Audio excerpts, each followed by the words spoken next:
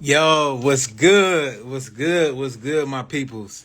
So, we got a lot to talk about today. We got a lot to talk about today. Make sure you guys share this out. Make sure you share this out to 10 people for sure because we got to talk about it. We got to talk about it. A lot has gone on over the last couple of days, a lot of big announcements. So, make sure you share this out to 10 people. Comment done when you're finished. We got to talk about this $0 down payment initiative to minorities. What's going on, my brother? What's up, James? How's it going, man? I'm doing pretty good. I want to for sure get this conversation flowing. Make sure you comment your name down below so All right. everyone can follow you. A lot of people got mixed use. I feel like the conversation we're going to talk about today, it was either people were cheering for or people were strongly against it. So I'm interested in to hear your thoughts on the whole $0 down payment situation that Bank of America is proposing. I don't think they're doing it yet, and they're not rolling it out to the entire country. From what I read, they were doing it in small, in some, some smaller markets or some, well, not smaller markets, but smaller pockets of the U.S. So Dallas, Chicago, I believe Cincinnati, a few of those places, and they were basically rolling out a $0 down payment. It's not also $0. It's $0. It's zero closing costs, Yep. and they are going to evaluate you not on your credit score, but on the things that basically evaluates if you can keep the payment going, your utility bills, your insurance, your Right. health insurance, things like if you are a responsible adult, you Yep. would pay these. So I'm going to ask you straightforward, but before we get started, it's probably a few people first time being in here. So my name is James Hill. I'm the CEO of Black Millionaires. And we're speaking with Cedric Nash, Millionaire Money Moves. We do this every Thursday at 5:30 Eastern Standard Time. It's our Ask a Millionaire segment. So if you guys have a question for Cedric, you want to make sure you put that question down in the comment box, or you put that question down in the little question box down below. But Cedric, I want to ask you, um, a lot of people have strong opinions about the $0 down payment. Some people say it was a handout, it's a slap in the face to minorities, and some people say it might help minorities acquire some of these assets like a home. And that is really, when you do the research, that is really where the big wealth gap is when it comes to African Americans and other races. Is we were redlined for hundreds of years, so we couldn't acquire some of this real estate. So it's not like Johnny is better than any of us, but Johnny inherited a house that's worth 300,000, which makes his net worth a lot higher than the average African American. So, what is your thoughts on the $0 down payment that Bank of America is trying to push into minority communities? Thanks, James. It's a great question, great topic. I really think it's a mixed bag, but I also think it's mostly positive and mostly good. And the reason why I say that, let's talk about the positives. The positives are that the banks historically have taken advantage of African Americans based on our credit scores. And how they've done that is that they've charged higher in interest rates. They've charged more fees in order to for us to get loans compared to whites who had the same exact profile. So it wasn't like they're saying, well, whites had a better profile, you had a lower profile, so I am going to give you a lower rate. No, they downright flat discriminated against us, and it's historically a written fact. So this is basically restoring some of the things that they've done that have exasperated this racial wealth gap. So I think it's good from that standpoint.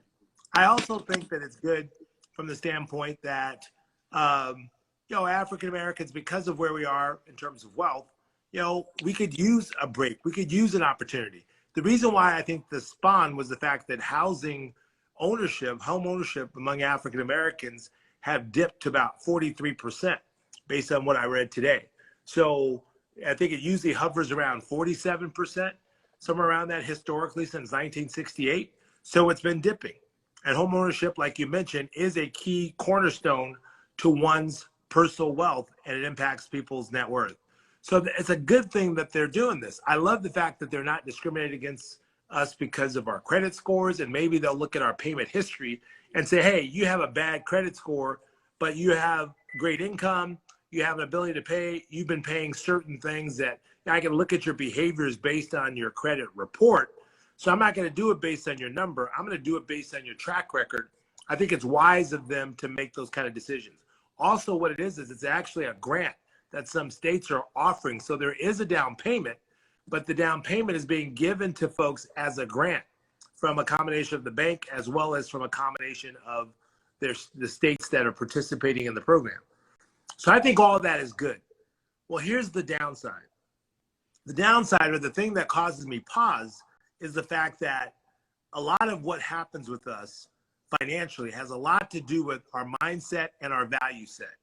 And so there's something about saving, investing, showing patience, grinding until you get your money up and buying that house. There's something about working for it. There's something about, the process of preparing yourself for it and meeting all the qualifications and doing it, because you seem to value it a little bit more. And when you value it a little bit more, you're going to fight for that house. So my fear is that there could be a portion of people that might end up still foreclosing, creating a potential issue for themselves, and even put a cloud on some of our community to a certain extent, because their mindset or their value sets were not established enough to kind of manage the requirements or manage manage what's required of homeownership. And so it could have a reverse effect on us. So overall, I say it's a good thing. My trepidation and my concern and my fear is the fact that some people are going to get these loans, and they're going to, it's almost like if it comes easy, easy come, easy go kind of thing. There's like no sense of appreciation for the opportunity, and then we end up struggling. But they're doing it in areas also where neighborhoods have kind of like degraded, and there's a lot of economic poverty in those areas. So they're creating opportunities to build up those areas by creating homeownership and pride within those areas. Okay, now one thing people that may not know, and I know this because I'm familiar with the mortgage process because I was a mortgage banker, is a lot of times, depending on the type of loan you have, sellers won't even sell. They won't even accept your offer. So that might, a lot of people might run into an issue on that too. Like, for example, FHA loans, USDA loans, and VA loans, they have a different criteria for approval and for inspections. They require inspections and all this other stuff. Compared to a conventional loan, you can go through without an inspection. You don't have a stringent appraisal and all of that. So a lot of sellers might lean towards conventional loans, and the government programs get the end of the deal when it comes to the home buying process.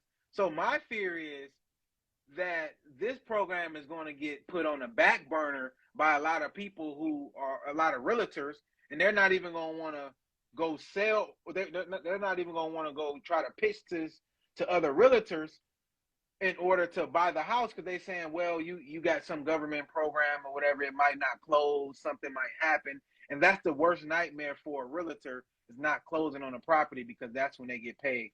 So that's one of the fears that I have, is that it's still going to be a level of discrimination, because now it's like, well, here's this government handout from this lady who probably can't even afford the home. They're not going to be able to close on this home. I'll go look at another offer before I even consider that one. Well, I think that they're going to make sure that people can afford to make the monthly payments. And like I said, one of the things I read, which was really relieving to hear, was that there is a down payment. There is a down payment that's put on the property through grants. And the other thing I was concerned about is what happened in 2008 with these subprime loans, where they lowered the requirement and they were putting people into these balloon loans, where you basically had a 2-3 year fix, and then it would balloon to a higher number. People thinking that the house would appreciate, they'd be able to refinance and get a lower interest rate later. So they just got them in there, and they gave them predatory loans. I think it's important that to know that the bank is working on giving people real good quality loans with quality interest rates, and they're not going to take advantage of us. And so that has yet to be seen. And I'm pretty sure that they would be awfully bold to give us really bad loans, high interest rate loans, high risky loans, and offer this program at the same time, I think the government would come down pretty hard on them for doing so. So I think it's time to wait and see. But I think if we can get more African Americans in homes and keeping those homes, right? When I go back to the mindset, we might buy a home, but if we take the equity out immediately, right, by taking seconds on it or doing, taking out seconds or second mortgages on the property or equity lines on the property, our net worth is not growing, right? So we basically did the right thing by buying a house, but then we take all the money out to potentially take a trip or to go buy a car or to do other things. So that's why it's so important for folks to develop wealth literacy. Because when you develop wealth literacy, you look at what you do with your money from the perspective of the impact of your wealth. So if I buy this house and they're going to give me 10 or 20% down, now I have 20% equity in this house, plus potentially more if it appraises for more. But if I basically get an equity loan or I start getting a whole bunch of loans against this house, I've just kind of eaten away at my equity and I'm not building wealth. So that's the real fear. The real fear is, and this happens all the time when they relax the requirements, we get a lot of African Americans that buy homes, but then they don't stay there. They borrow money against them, and they're not really building wealth. And so that's an important thing that has to be done.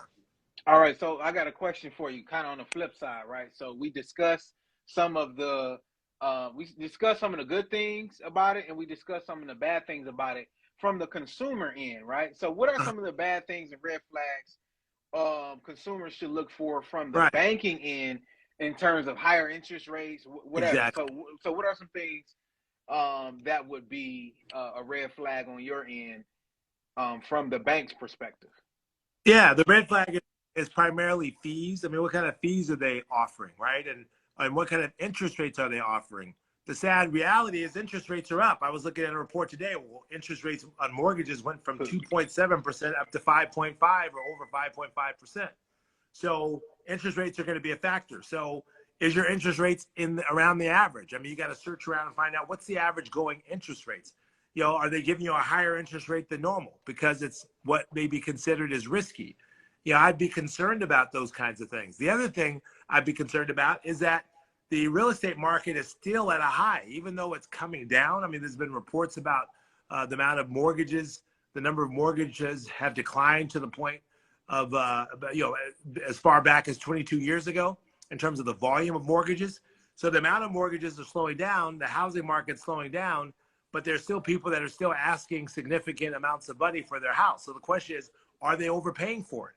And are their appraisal standards based on where housing values are today versus where they're going to be 3, 4, 6 months from now where they might be lower? So you don't want to get into a situation where you get the zero loan or zero down payment, zero closing costs loan, and you've overpaid for the house and you've wiped out your equity. So those are things that you have to look into. And, I think that you should also get another opinion.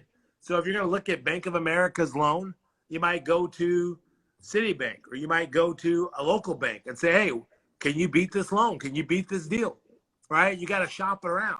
One of the things I'm trying to do, James, with my book, which is going to release in October, is to just empower our people to ask the right questions, empower us to be bold about what we sign up for and not be taken advantage of. So often we become excited that we're able to even purchase a house, that we just take whatever conditions or whatever conditions are offered to us, as opposed to shopping around.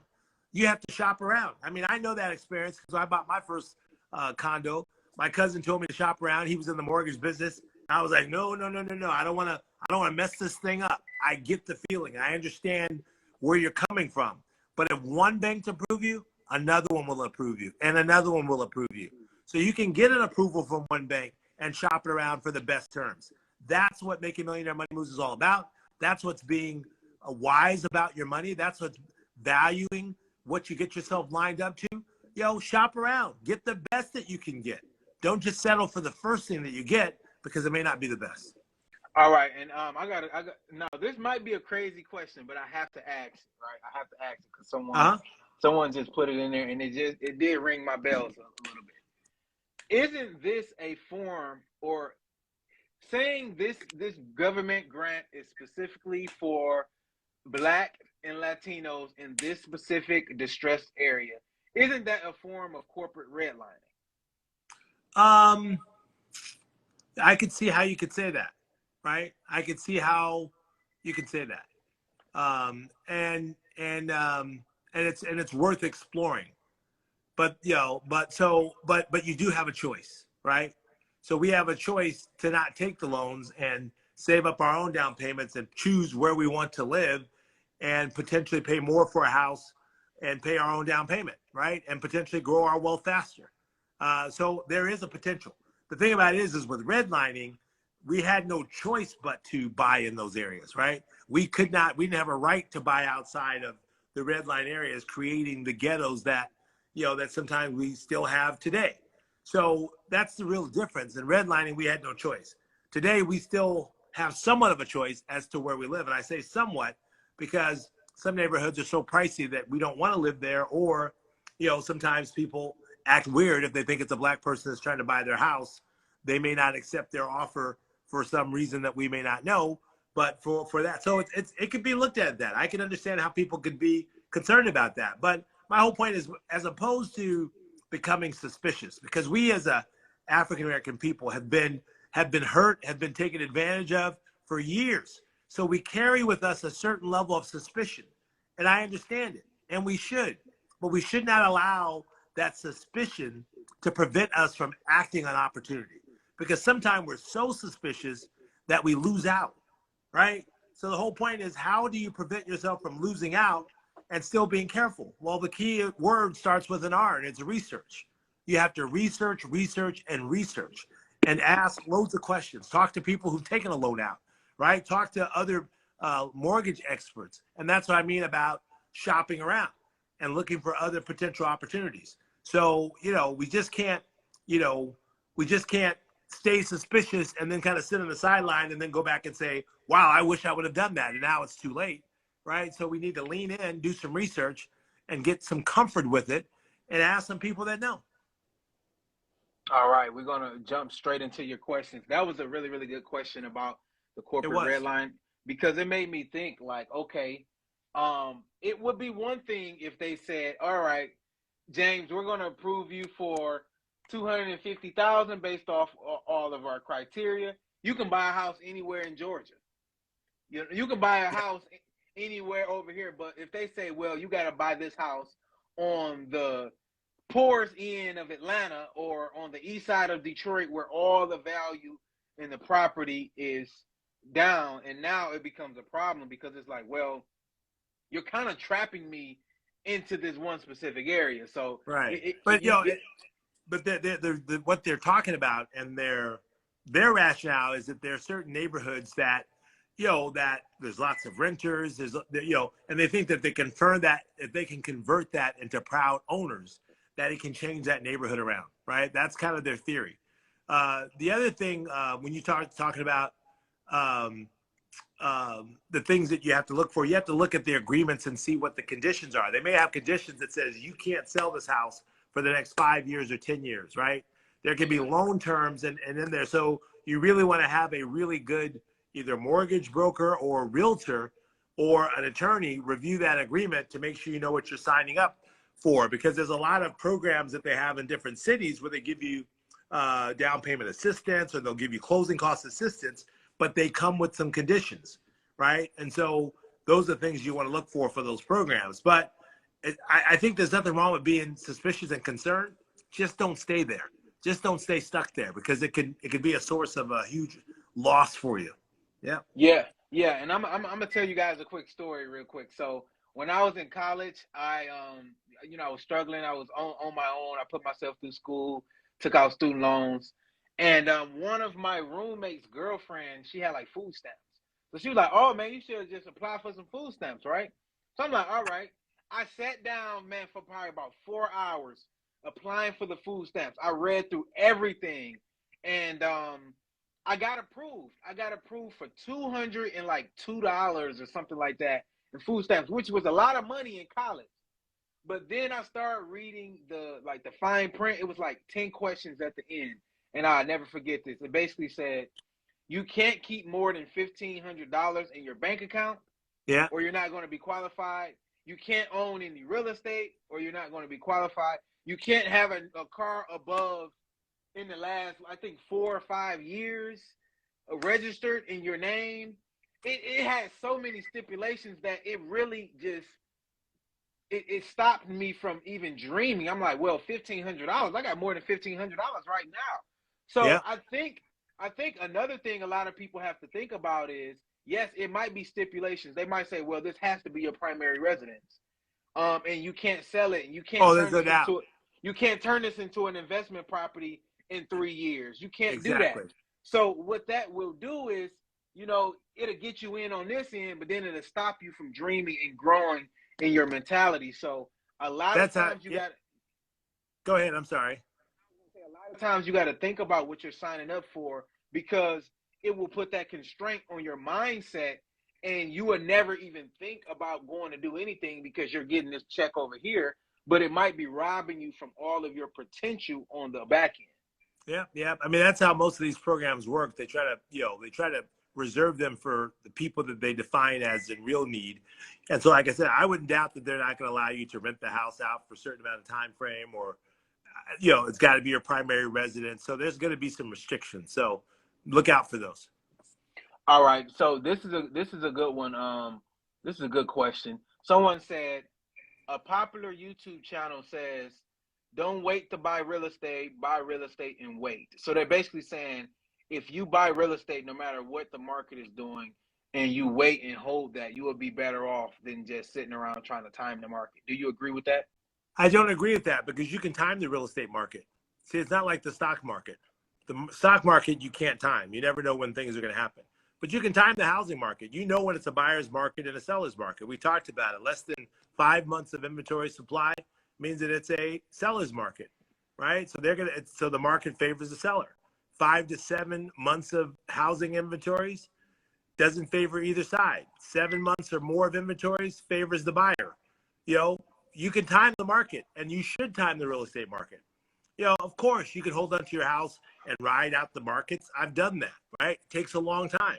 Or you could buy right and buy in the right market and save your money, and and you can find a deal, and you'll make your money a whole lot faster and not have to wait it out. So, like I said, we are, like I said, just look at the indicators. We talked about mortgage, the pace of mortgages. You can look at how long houses are staying on the market. You can look at how many for sale signs do you see. I write this in my book. You drive around, you see a lot of for sale signs, and they're staying on the market for a while. That's a sign that the market's slowing down and it's getting closer to a buyer's market. So you never want to buy in a seller's market. And the sad reality is there was a lot of energy and excitement about the housing industry. 6 months ago? Everybody was trying to buy a house, right? They were at the height of the market. And that's usually a sign.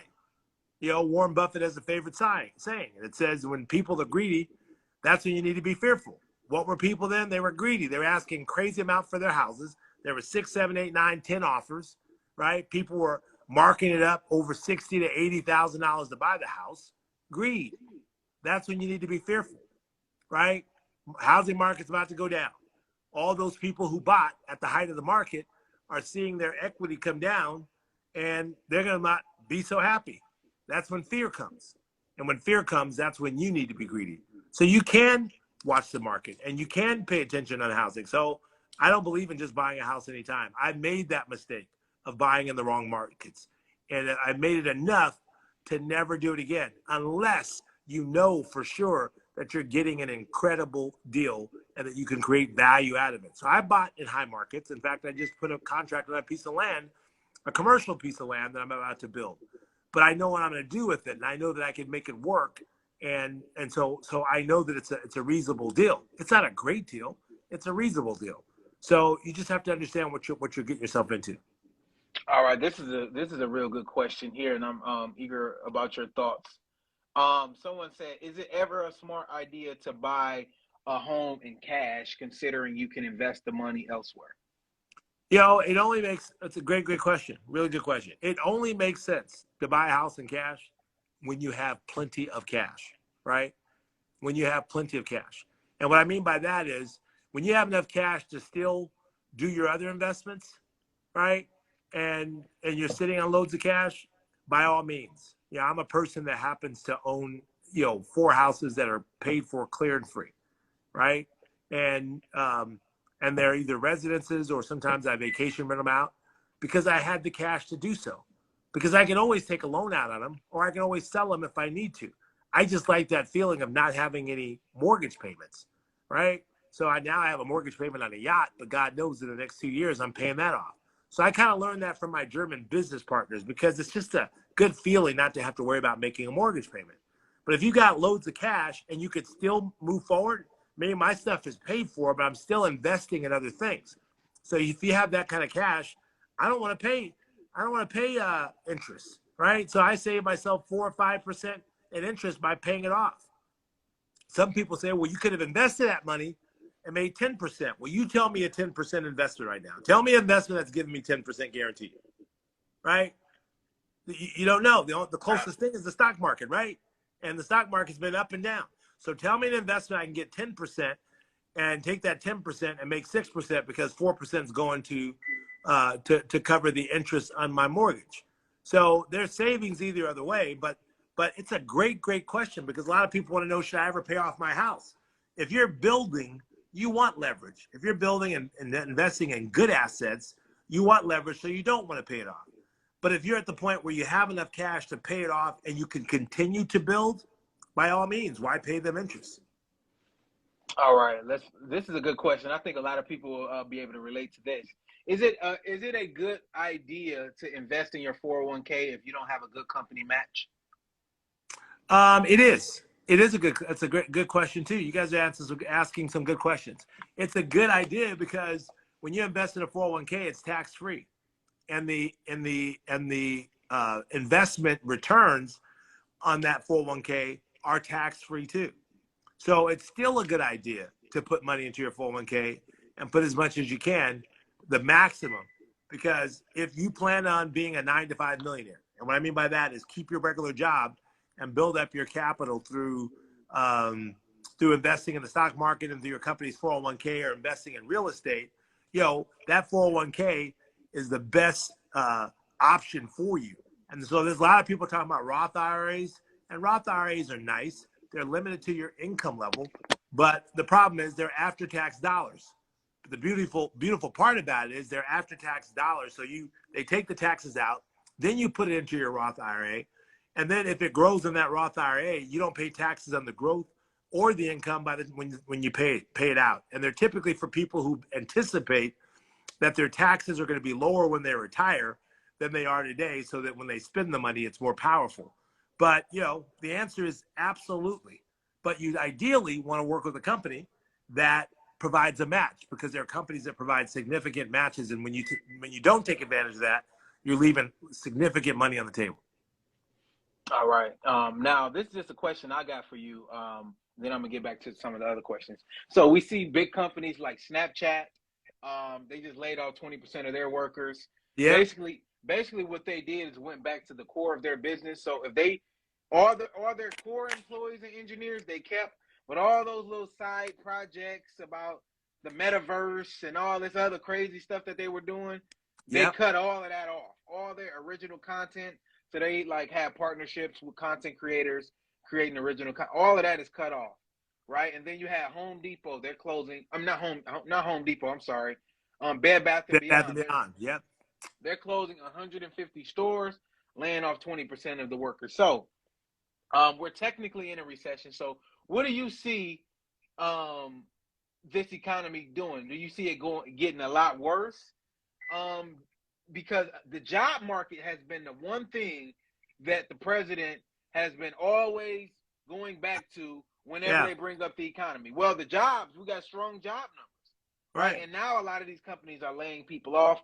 Facebook even said they're laying off some people as well. Or Mark Zuckerberg said he's going to fire people if they don't step up their productivity. So what's happening is that people are. It's a ripple effect, right? We see inflation goes up to the point where people stop spending, right? This is how the ripple effect happened. And it changes the business cycle. So inflation was getting higher and higher and higher and higher. And people said, enough is enough. I'm not going to Bed Bath & Beyond. I'm not paying for anything unless it's essentials, right? I am not playing that game because I'm telling you, everybody has been taking advantage of inflation. And they've just been saying inflation. You go to a restaurant in Miami, you know, I lived in Miami for a time. The restaurant fee, you know, two people going to dinner is like $300, $250, right? Same food. Everybody's just constantly piling on. After a while, people say, you know what? I'm not going. You can have that restaurant. And so when that happens, people stop spending, and businesses feel it right away. So what we're seeing is the impacts of inflation and how consumers are responding, and the ripple effect is it's impacting corporate sales and corporate revenue and corporate profit, which thereby impacts employment, right? Because they got to cut back employees. That's the first thing they can get rid of when their company when it goes down. So I think that we are in a business cycle. We're in a typical business cycle, and the business cycle is cyclical, right? It rises, it peaks, then it comes back down, and then it bottoms, and then it rises back up again. So the whole point is as an investor, you know, I don't get worried about it. I really don't. It actually kind of excites me, because what happens is the market was getting too hot, and there were very difficult things to invest in, and then now you're basically you're jumping in at the wrong time. So investors like to get in when the market's kind of down. And that's what you have to resist. You have to resist that natural reaction to kind of run and hold on to your cash. You should go out and find those quality companies that you can invest in while they're going down, that you don't believe are ever going to go away, and prepare to kind of ride that bad boy back up. Because unfortunately, as a community, we get in too late. When everybody else is talking about it, is excited about it, is bragging about it, that's when we get in. We need to be getting in when people are afraid and people are complaining and people are crying and they're worried, right? That's when we need to be getting in. So don't back off, you know, lean in, look for opportunities, be careful, find quality companies, invest in those companies, and ride this bad boy out. And the other thing is, like, you want to sharpen your personal skills, because layoffs and stuff like that are real. And they kind of, I talk about this, James, often about the difference between being an entrepreneur like you and I and being a person who works in a job. We're all afraid. We're all fearful. The difference is entrepreneurs' fear is in the foreground. It's like right there. We see it all the time. We know where the cliff is. We know where the edge is. And we work our butts off to stay away from that edge so that we can keep our business going. If you're an employee, your fear's in the background. And it's in the background, and you're going along feeling all safe and secure until you start hearing announcements of job losses. And then all of a sudden, it comes to the foreground. And now you're staring at that fear. And now you're scrambling in your drawer looking for that business plan for that business you wanted to open, or that franchise that you wanted to open at the last minute, and you're not ready because that fear in the background has kind of falsely made you think like everything was going to be all right. The name of the game is to always be looking for your next opportunity and preparing yourself so that when these things come, you have money set aside, you've got your setback fund set aside, and you're ready to ride it out. All right, I had a friend who had about $19,000 in stock, and he was working at his job, and you know he just started investing a couple of years ago. He's younger than me, so he just graduated from college last year or whatever, and he had $19,000 invested, and he had a good job, and everything was going well, and he got laid off. And the first thing he did when he got laid off is sold all of his investments, right? So what would you say? What would you say to that young millennial or that college student that just graduated, got that good job, and they think they're on a high up, they're rolling, and now they just lost their job, right? What advice would you give to him? Because I wouldn't have sold my stock. I would have tried to figure it out. But you know, what advice would you give to, you know, a new college student who just went through something like that? It's a great question, because I fortunately have never experienced that. I came close to it, but didn't even know that I was that close to it in my first job out of college. But the thing about it is you know, the whole point is, the good news is that you're just out of college, right? And so you're low to the ground. So you ain't got that you ain't got that fall. You get what I'm saying? You're low to the ground. Your expenses are not as high. So you can always find some job, working at Uber, working somewhere, right? So what I'd say, and I have a chapter in my book titled Dealing with Setbacks. And I go through all the different setbacks because if I'm trying to get you to Destination Millionaire, I got to be real with you. This journey is long and it's full of ups and downs and challenges. And so there are going to be setbacks along the way. And how you respond to those setbacks can mean all the difference in the world as to whether or not you succeed or you fail, right? So one of the things that I talk about is one of my frat brothers who basically who lost his job, or he lost his job and he was close to retiring. And so one of the things he talked about was he had to put his pride up into the closet and say, hey, I'm going to put you in this closet for a minute because I got to go look for a job. And when I go find a job, I'm going to come back and get you, right? Seriously, real story. It's a story in the book. And so the whole point is he's got busy working and he got busy networking. So if you're about to lose your job, or if you lose your job, that's when having a network is so important. That's why you join these industry groups. That's why you join all these associations and fraternities and organizations like that. So you're building friendships to go out there and look for a job. But we as a community, when we lose a job, we get embarrassed as if something that we did, right? Sometimes it just happens. And so you got to put your pride on the sideline and you got to go hustle. You got to take your resume and go out there and treat it like a real job. I talk about how you got to put some numbers up. How many resumes a day are you going to send out? How many people are you going to connect with? How many people are you going to ask for a job? You can't, you got to, first of all, get over it and get moving and try to find a job as quickly as possible and be willing to drive Uber, be willing to, do DoorDash, go work anywhere to hold you over until you find that next opportunity. But the biggest thing is that we let our pride get in the way, and it prevents us from going out and telling a person that, hey, I lost my job, I need help, right? That's the first thing. Put your pride in the background and focus on your need, right? Because you can always recover if you have the right attitude towards it.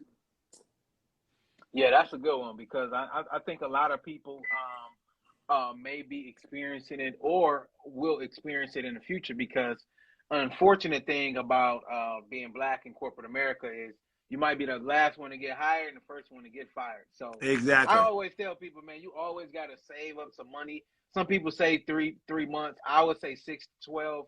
Me personally, I always kept about 6 months worth of expenses because I always wanted to either move or go full time as an entrepreneur. And I don't care what job I had, I was doing real good as a banker. I always thought in the back of my mind, it was guys that was here yesterday that was doing better than me that are not here. So I'm always at the mercy of someone when I have a job. That's why I wanted to be an entrepreneur. Nothing's wrong with a job. But I just personally wanted to be an entrepreneur just because if it's all on me anyway, just like it's all on you in the job and it's all on you anyway, I might as well get the benefit of if I hit it out the park one day, I could Exactly. potentially change my family generation. So Yeah, I working at always a want. company is a false sense of security. It's really a false sense of security. A lot of people think that when they work for a company that it's secure and it's going to be there forever. The reality is it just isn't. And the way corporations function today with no pensions, with sometimes a 401k match, it's like you're really an independent person. You've got to prepare for your retirement, your future, everything, and you have to prepare for your lifestyle and your kids' lifestyle. So there's just really no time, James, for us to be not serious about our money. There's no time for us to be so consumed with ballerism and blinging and all that kind of stuff that we got work to do, man. Because what's going to happen is they're going to turn 50, 60 one day, and they're going to wish that they had that money stored so that they can, retire and rest one day, right? Or at the same time, position themselves to start a business and use their gifts and their talents to make the world a better place and make themselves a wealthier person. Yeah, so a lot of times when we go through quote unquote recession or tightening in the market, you start to see a lot of mergers and acquisitions and a lot of companies go out of business and things like that. So and you obviously don't have a crystal ball, but what industries do you think are in trouble?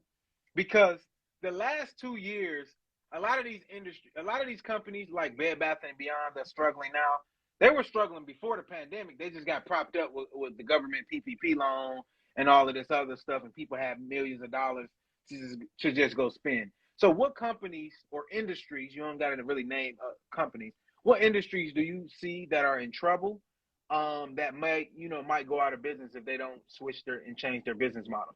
It's a great question. I think the best way to look at it is, what can you live without and what must you live with, right? Can't live without water. Can't live without air conditioning or heat, right? You can't really live without a computer, because how are you going to send your resume out if you lose a job, right? So you can't live without potentially having internet access, having a cell phone, or having a cell phone, or having some type of technology to at least connect with people, right? So you got to focus on the things. What can't I live with? You don't need clothes. Most of us have enough clothes to last up our lifetime. We don't need that, right? We need shelter, so we need a place to live, whether or not we're going to buy the house or whether or not we're going to rent a house or live with somebody else. So we need housing, right? So if you focus on the things that you need, that's the way I look at it. It's like, you need toiletries, right? It's like you can't clean your house without soap, you can't clean your clothes you don't need dry cleaning, right? Because when things tighten up, you can decide to wash your own clothes and hang them out to dry if you want, right? But you need a washer, you need a dryer, you need detergents, you need, think about the things that you cannot live without. You need fuel in your car to get where you need to go, right? So all those things you need are tied to a company. So yeah, that company may not be doing well all the time or growing all the time, but they're not going to almost go out of business, right? They're not, it's going to be hard for them to go out of business. And then before they go out of business, somebody's probably going to buy them, right? So you just think of the things you absolutely cannot live without. And you find out the companies that are behind those things. And you say, you know what? I can invest a series of my money in these things, right? If you look at what Microsoft and Apple are doing. I mean, to be honest with you, we can live without Facebook. We can. You don't have to have Facebook. You don't have to have Instagram. People like them, but they don't have to have them. But more likely, you're going to need access to the internet. So you're going to need some telecom company that gives you access to the internet. And it's hard you're going to need some software to run your resume, do Excel spreadsheet. So you definitely need Microsoft or Apple, right? So you can break these things down as to what can't you not live with? You can live without Coca-Cola, right? You can live without, So I'm just saying, although most people are going to want to buy their bottled water, which Coca-Cola is in that business too. So go down to the things that and I think that this is a good thing for people to do anyway, because when we're in a recession, you got to make cutbacks, right? You have to really make cutbacks, and you'll find out what you really don't need when you really don't have the money to fund what you don't need, right? And so I think it's a good exercise to know what you need. It's a great way to cut back and find out things that you can cut back. You don't have to fly on American Airlines or Southwest. You don't have to fly. You can drive, right? You always got options, so you can decide to stay home. All right, so you go down that list, and that's a list of companies that you can feel confident that if you invest in those companies, that you will not lose your entire investment. All right, now on the flip side of that, right? The Warren Buffett quote: "Be fearful when others are greedy, and be greedy when others are fearful." So if everyone is cutting back on everything, what advice would you give to entrepreneurs who might have did the right thing during the pandemic? They didn't ball out. They wasn't on planes every weekend, on trips. Mm-hmm. So they got a little cash. They can ride out the 12 to 24 month downturn in terms of revenue. And they want to be a little more aggressive when it comes to their investments in their business and taking market share. So what advice would you give to entrepreneurs as a fellow entrepreneur who's been in business for 25 years? James, these are incredible questions. They are really good questions. And I'm saying that because I've been through those cycles, right? And that's why I did a video post that talked about, when people talk about multiple streams of income, they're talking about multiple businesses, and you're only one person, and you can only do really one business well, maybe two businesses well, but you can't do 3, 4, and 5 businesses well. It's usually an indication that you're not good at one of those businesses because you've got all these 4 businesses, right? So my whole point is that when you are a business owner and the market's contracting on you, I've experienced that. You've got to adjust. And a lot of times we're afraid to adjust. We rethink it. We're tied to our employees. We don't want to let them go. We don't want to hurt them. But I have a famous saying that I say, it's like it's either the sailor or the submarine. The submarine can't go down, right? So sometimes you got to let go of some sailors. You can't let the submarine go down. And so when that business happens, you've got to go down to you got to cut back in your business. You got to find out, what can I do without, right? And so the way I look at it is okay, I look at offense and defense. Defense is the things that cut my costs. Offense is the things that make money. And so if my primary source of income has like closed down because that customer or that sector is doing bad, I've got to figure out where else can I get, where's the opportunity to basically get business. You got to search like crazy to do that, to keep your revenue going. At the same time, you got to keep your costs down. And so over my 25 years of business, had 2 horrible years of business where I took a loss. And it was the best education I ever had about running a business. I said before that, I was a business owner. When I got through that, I was an entrepreneur, right? Because the difference is a business owner just owns a business. An entrepreneur is a person that knows how to make it happen, right? They know how to do whatever it takes to survive and to make it happen. And so I had to cut costs like crazy. I didn't pay myself for an entire year. I paid my employees. I even paid my ex-wife out of the company, but I didn't pay myself. Well, I was able to do that because I kept saving my money and I was prepared for this opportunity. And I still had 3 mortgages at the time, right? Still paid every one of my mortgages because I was able to leverage my savings account. So that's why it's important that we take our money seriously, make sure that we are stacking our cash, especially for entrepreneurs, for these times, because sometimes you're going to have to rely on that cash. And I had to do that for an entire year. To be honest with you, I was so nervous and so worried about, when to put myself back on payroll that, the business had completely turned around and I didn't even know it because I was so focused on survival that I didn't want to see my books. I just let me just kind of get this thing going. Let me figure out where to find a deal, where to make this thing happen. And so as an entrepreneur, you guys, who are out there as business owners, I know it may look fly rolling in your bins and rolling in your suits and hanging out at the spot. I know that may look good, but the whole point is if you're not stacking any cash for a rainy day, you're setting yourself up for failure. You're setting yourself up for failure. And I'm telling you, you've got to have that cash pushed aside. You have to push aside and ready to go. And that's, and that's what caused me to survive, because I look at that period of time and it was so horrible. I wish I could have quit my business. And you've heard me say this before.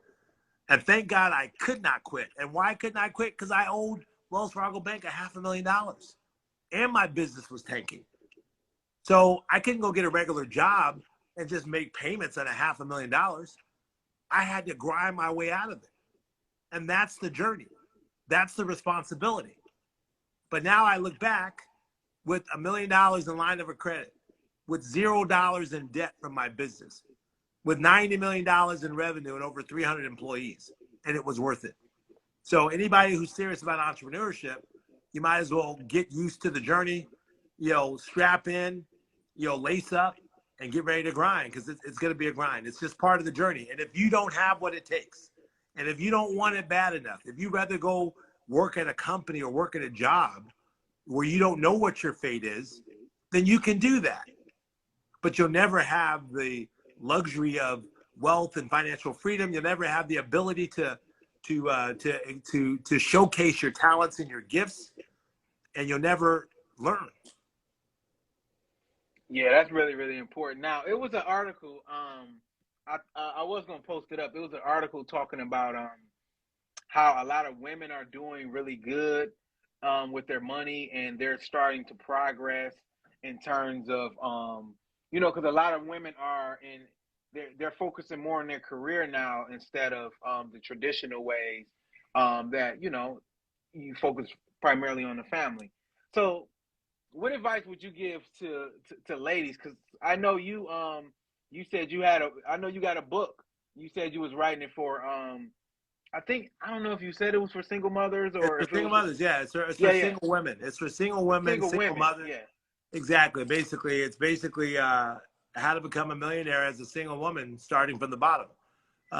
Because there is if you Google the median net worth of single black female, you'll find lots of articles that will say that it's $5. Some will say 25,000. Some, but it's a low number, and it's largely because they are taking on a larger share of the responsibility of their household than maybe they should, or circumstances have left them in that kind of a situation.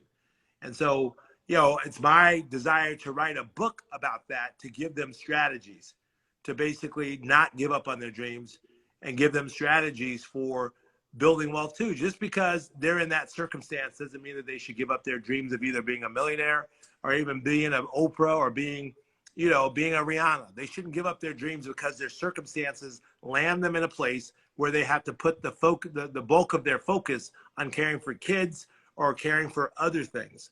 But the interesting thing about personal finance, James, I bet you if you look at your following, it's probably mostly women. I mean, women and black women, they eat up. 55. It's 55%. 55% women. Yeah, it's mostly women because Majority. Yeah.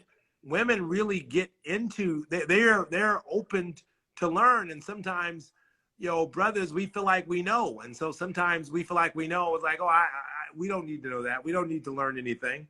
So sisters often they just thirst for knowledge, and so as a result they're really soaking up a lot of the financial literacy stuff that's out there. We've done some surveys to find out that that's the case, and I think it's a good thing. And I think it's really good that we, as a community, soak up financial literacy and what I call wealth literacy. But it's time to get busy on wealth literacy. We've done a lot of comprehending. We know what compounding is. We know what a mortgage is.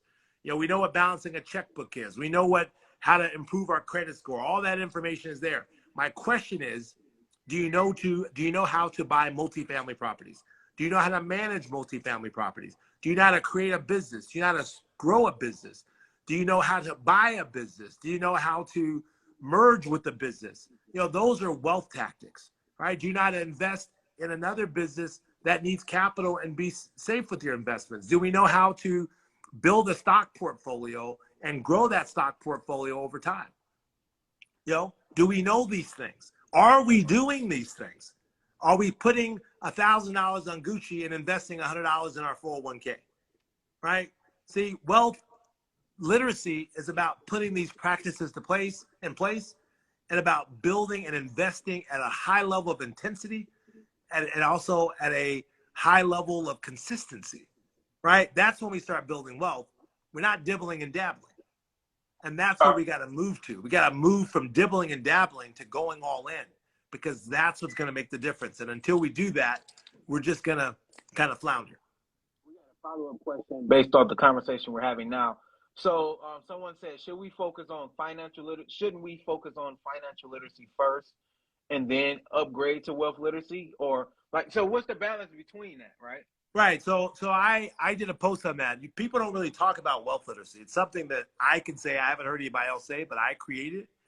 And so I said, financial literacy is understanding compounding and understanding, 401ks and what you can do for money with money.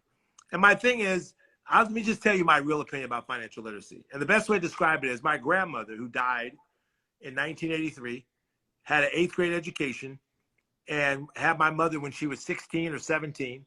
And because my grandfather didn't want to marry her, she moved up to New York in the Bronx, or moved to Harlem, got a job at the cleaners, saved her money, and bought a house in the Bronx in the 50s for $25,000. And I own that house right now. And she only made $200 a month in a cleaners. And by the time she died, she'd saved up $43,000, $13,000 for her funeral, $30,000 to her 3 grandkids, of which I received $10,000 and have turned it into millions, right? That's when I opened up my Charles Schwab account back in 1983. My whole point is, my grandmother didn't have to take a financial literacy class to know to live within her means, to buy a house, to save for her retirement. She had her car paid for. She had wealth. That house that she paid $25,000 for is worth $700,000 right now.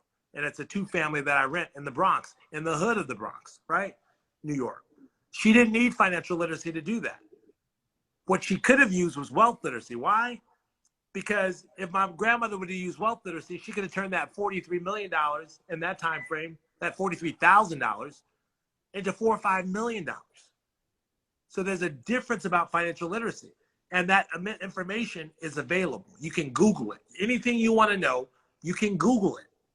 And that's why what I do, James, I do for free. This stuff is available. And I do it for free because my mentors never said, Cedric, I'm going to teach you about real estate. Just pay me a monthly fee. Or if you take my class on this, I'm going to teach you about starting a business. They gave it to me. So it's my job to give it back. Right? And so the whole point is wealth literacy is learning how to accumulate assets, how to acquire assets that appreciate and generate income. And what I mean by the how is that you have to understand what's a good deal when you buy a 4-unit. You have to understand if you're buying a 20-unit apartment building, what's cap rate? What's a good deal? Is this a good deal or is it not a good deal? That takes education to understand cap rate, internal rate of return, door-on-door, your price per door, and your cash-on-cash return. And to do the entire analysis and to be able to analyze one property versus another. That takes, it takes some time to understand that. It takes time to understand how to evaluate a stock or build a stock portfolio that is balanced, that's going to lead you to building wealth over time. It takes time to understand how to invest in alternative investments, which is angel investing, which is venture capital, hedge funds, and private equity deals, to understand that. It takes time to do that. So the whole point is that's the stuff that makes you rich. It's wealth literacy. It's knowing how to buy those assets that make you rich. Now, I know it sounds like semantics, but it really isn't. And my whole point is if you're fired up about wealth literacy, if you start taking classes about understanding how to invest in multifamily properties, you will get you'll get the financial literacy. The other thing is that I believe that wealth literacy is the mobility of financial literacy. It's putting it in motion, because financial literacy is just knowledge. So now that I'm knowledgeable, what do I do with it? Right? It's almost like, am I going to learn how to pass, kick, punt? Or am I going to learn how to play a football game? Right? So wealth literacy, financial literacy are the piece parts. I want to learn the whole game in and out. I want to learn how to win a game. And that's the way that I look at it. All right, Cedric. Now it's 6:30. I don't know if you got a few more minutes, because we had a lot of questions rolling. I have one question, man. I got to head down and get on the road, man. About to head out to hang out with some of my buddies. So yeah. Okay, we got one more question. Let me try to pick the same one. So someone, I guess, Brad said, so should we focus on financial literacy or not? The whole point is that, of course, but my whole point is you can Google financial literacy. You can Google Investopedia is an incredible resource of real things, right? And, why don't you open up a Charles Schwab starter account, a starter kit, right?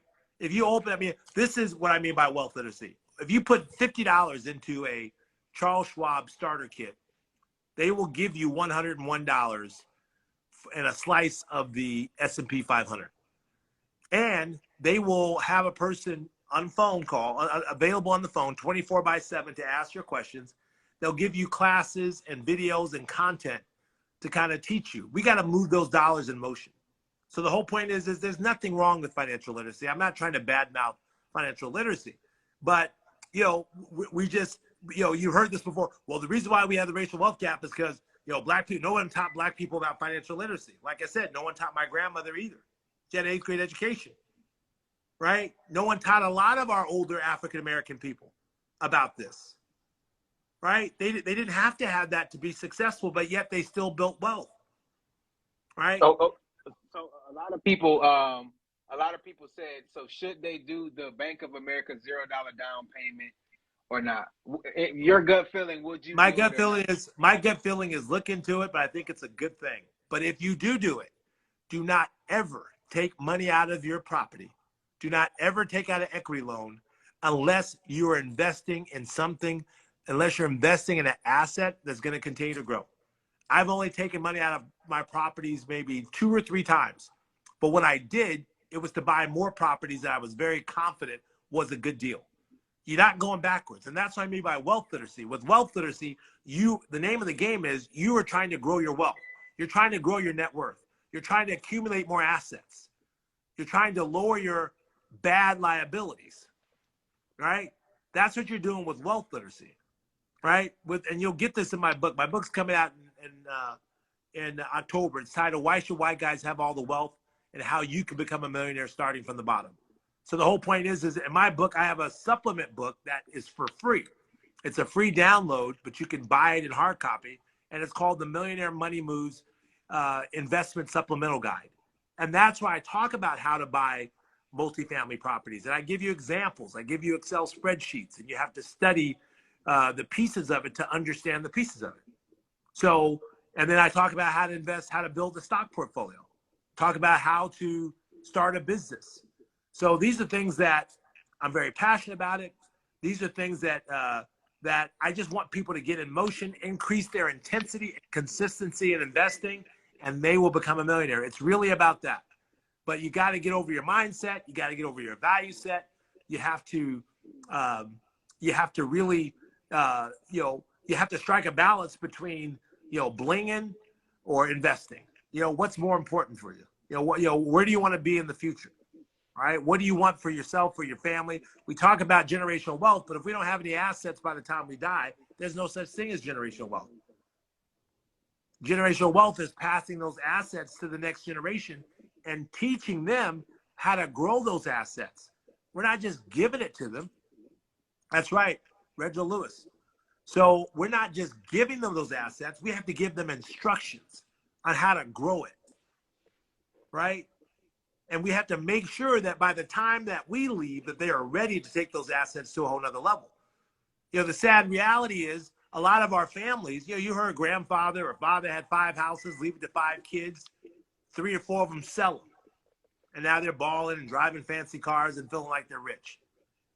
That family had $500,000 in wealth. And then now it's gone to nothing because the next generation didn't take it further. Right? These are the kind of conversations we need to have with our family. And I'm just going to say this one thing. I know I'm an old 57-year-old uncle or father kind of a figure, but the reality is we got to stop making them richer. We just keep making them richer and richer. We just keep giving them more and more money. We're not giving it to ourselves. Well, we get upset the way they treat us in their stores, the way they look at us, and we're making them rich. We're making them richer. The guy from Louis Vuitton made $100 billion during the pandemic. $100 billion. He got $100 billion richer during the pandemic.